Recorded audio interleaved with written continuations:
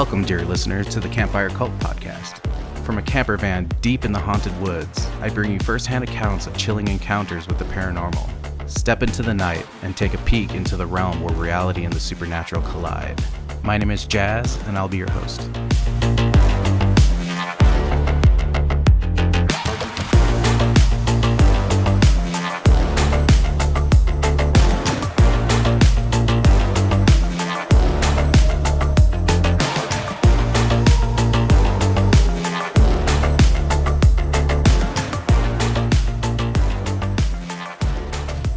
Welcome back, campers, and so sorry for the delay. Right now, I find myself parked on some public land east of Yosemite National Park along the Highway 395 corridor in the Eastern Sierras.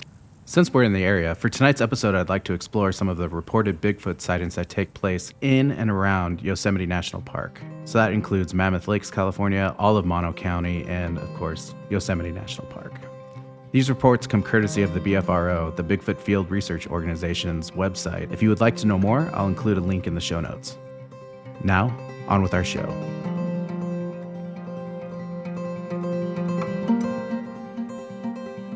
So for our first report, I'm taking us way back to the summer of 1977.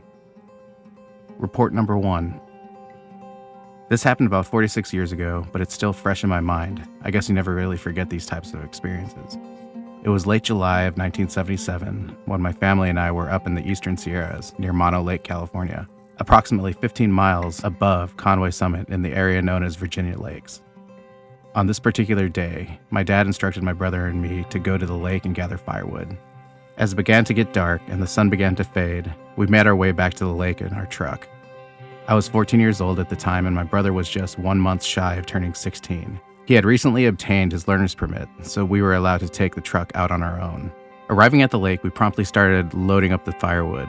It was during this time that I heard what I initially thought was the sound of somebody walking through the bushes nearby. The footfalls were surprisingly heavy, almost as if somebody was jumping, but the steps seemed to be occurring rapidly. We were gathering wood close to the dense hedges and bushes that stood around 6 to 7 feet tall. There was only one path through the bushes that allowed us to skirt around the lake without having to wade through the water. Intrigued by the noise, I turned my attention toward the source and witnessed the bushes shaking and bending as if something large was moving through them. I stood there for a few minutes, observing the sight, when suddenly, my brother came running back to the truck, his face pale and his eyes wide with terror. "Jeff, what was that?" I asked, alarmed by his appearance. Struggling to catch his breath, he said, "I don't know, but let's get out of here." Without hesitation, we leaped back into the truck and sped away, leaving the mysterious commotion behind. During our journey back to the camp, my brother recounted his experience. He explained that he had been standing only about 10 to 15 feet away from whatever was causing the stomping and crashing through the bushes. He turned to see a large, dark brown head rising above the bushes, moving rapidly away from him. Unfortunately, he hadn't caught a glimpse of his face. The encounter had him so frightened that he crashed the truck on the way back to the camp. Upon our return, my dad's initial reaction was anger, most likely fueled by the concern of our safety. Unfortunately, he didn't believe our story, even as we tearfully expressed our fear. In his mind, he rationalized that we had probably encountered a bear. However, it did not make sense to us because bears don't typically traverse heavy brush on 2 legs. My brother adamantly insisted that it wasn't a bear, but rather something else, but my dad remained skeptical. That night, both my brother and I refused to join the rest of the family around the campfire. We were too shaken by the encounter to venture out alone, and we refused to go back to the lake for the remainder of the trip. The intensity of our fear and reluctance made my dad begin to question our accounts. Slowly, he started to consider the possibility that we had indeed witnessed something unusual.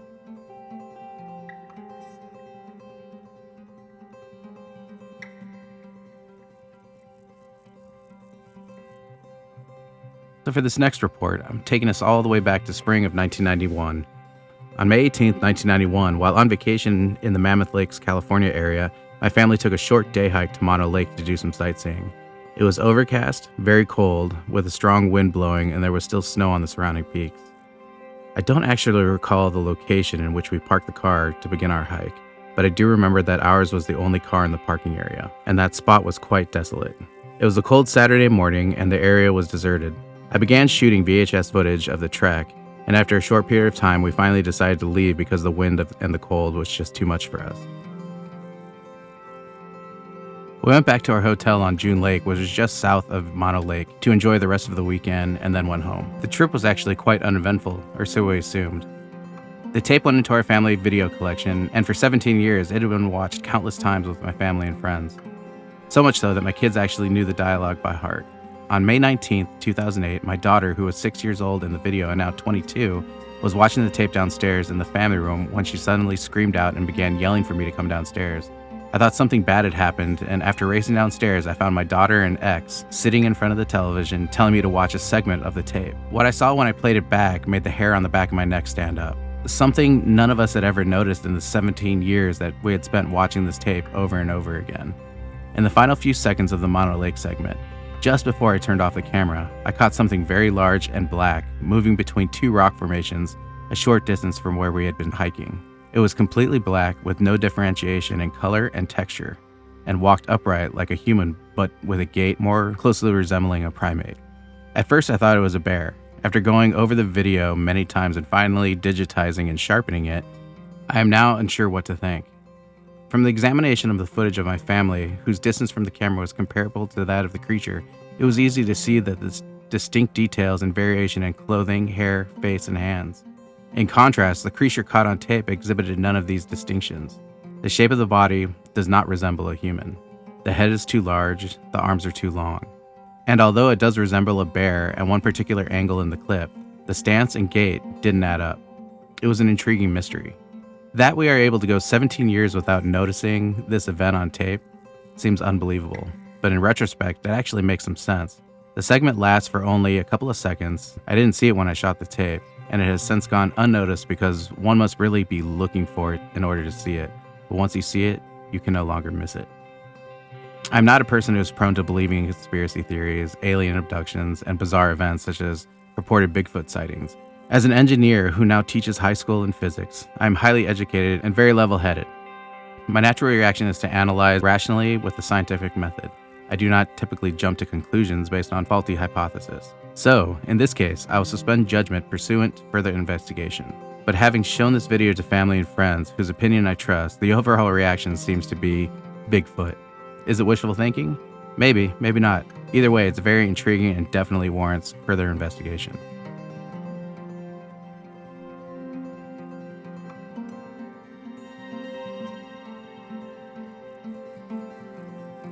Now on to our third report, which takes place the summer of 2005. My husband, my son, and myself were in Mono County this past weekend, Sunday, August 21st, 2005, for a day hike at Roosevelt Lake and its twin. We arrived at approximately 11 a.m. and fished until around 2:30 p.m., at which time we decided to head back down the trail for home. There are quite a few hikers in the area over the course of this day, approximately 13 hikers, a pack train consisting of 4 riders, 8 horses, and a dog, and some randoms here and there. Some coming in, some going out. Anyway, we headed down the trail following the pack train. We stopped on the way down to read the sign about the wagon trains that tried to use the trail way back in the day. At that time, I heard a noise like someone else coming down the trail behind us and told my family, "Let's get going and get out of the way." The trail was pretty dry and dusty, and my husband kept insisting that we give the hikers ahead of us some time so we could avoid walking in their dust. The next section of the trail was slightly uphill, so after cresting the top and going a short distance down to the other side, we stopped for a water break. We heard what we thought was a shout, so my son shouted back, and something answered. But the echo was pretty bad, so we couldn't make out what was being said. We continued down the trail and had just approached the south end of Levitt Meadows when my husband said, "What is that?" Both my son and I stopped and looked across the river towards the meadow. So from the beginning, it was a strange sight because the black thing appeared to be floating across the meadow. At first I thought it was a backpacker, perhaps riding a bike, because it was moving so quickly across the meadow. It was moving quickly and smoothly, which didn't make sense. If it was a backpacker, to be moving that fast, he would have to be running, and running with a backpack is anything but smooth. If he was riding a bike, then why couldn't I see the bike?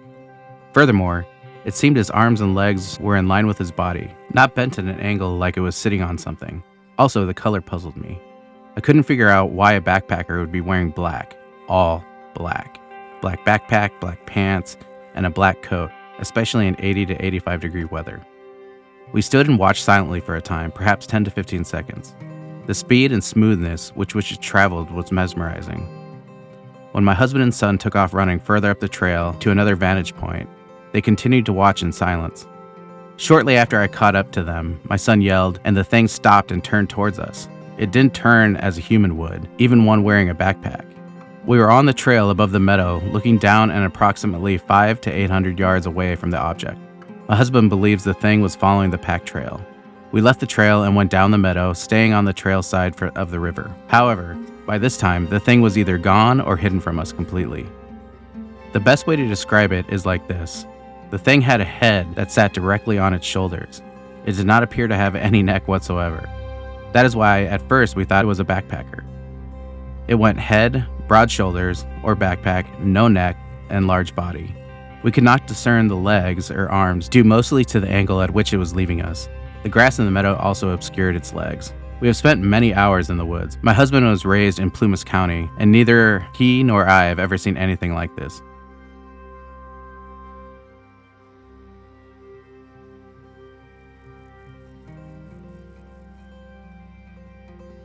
Report number 4 occurred in the spring of 2006.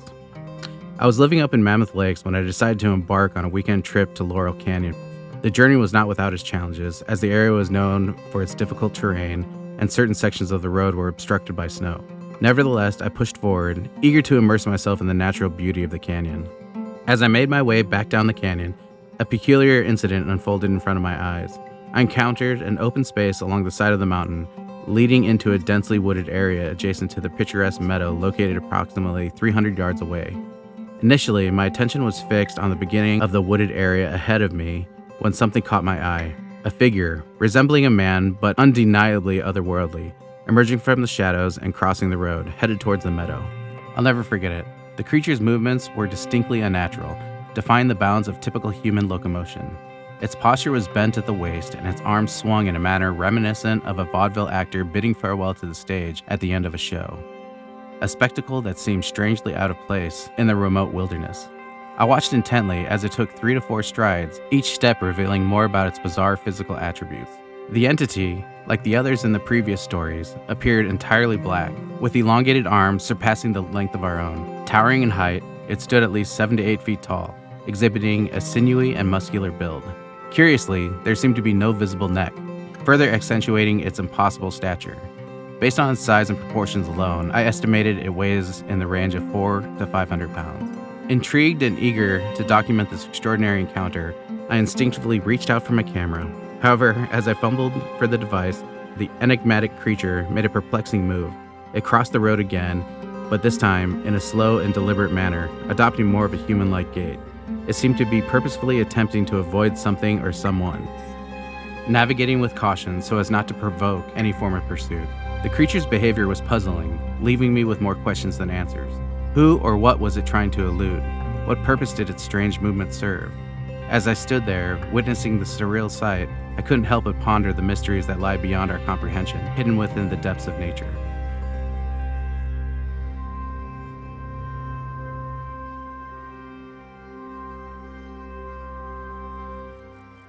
Now on to our final report, and most recent in the area. A pandemic sighting. Happened the summer of 2020. I went to Mono Lake with my father early in the morning to capture some long exposure photos of the sunrise. We arrived at the lake around 6 a.m., right at the golden hour. When we got to the parking lot, there was one other car parked. After grabbing my photography gear, consisting of a camera bag and a tripod, we began walking down the path towards the lake. I was looking off to my right side, and to my surprise, I clearly saw something that was all black, bipedal, walking parallel to me about 15 yards away. It caught my attention as it ducked behind the small bushes while I was still watching it.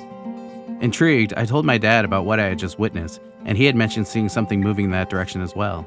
Initially, I considered the possibility that it could have been a person dressed in all black since there was another car parked in the parking lot when we arrived. Despite the lingering uncertainty, my dad and I continued to walk towards the lake, eager to capture the enchanting sunrise. As we approached the water's edge, we noticed another photographer already there with his camera mounted on a tripod, capturing the breathtaking scenery. It was at this moment that I realized what I had seen earlier was not in fact a person, as the owner of the car parked in that lot had just been accounted for. A sense of astonishment and curiosity washed over me. I had never expected to encounter something so peculiar and unexpected in my life. In hindsight, I wish I had ventured towards the area where I had spotted the mysterious figure and looked for an evidence of footprints. However, fear and uncertainty held me back, especially considering how quickly it vanished into the brush. The experience left me with a mix of emotions and unease. Perhaps there's a mystery hidden within the natural world that defy our understanding and remind us of the vastness and complexity of the universe we inhabit.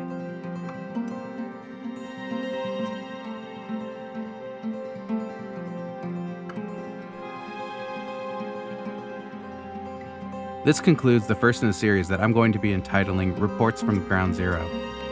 It's stories and events that have happened near and around the areas that I'm currently staying. Stories of Area 51 and the Black Mailbox, ghost stories at the Stanley Hotel in Estes Park, Colorado, and the Bothell Hell House in Bothell, Washington, just to name a few. As always, thanks so much for listening. The support really means a lot.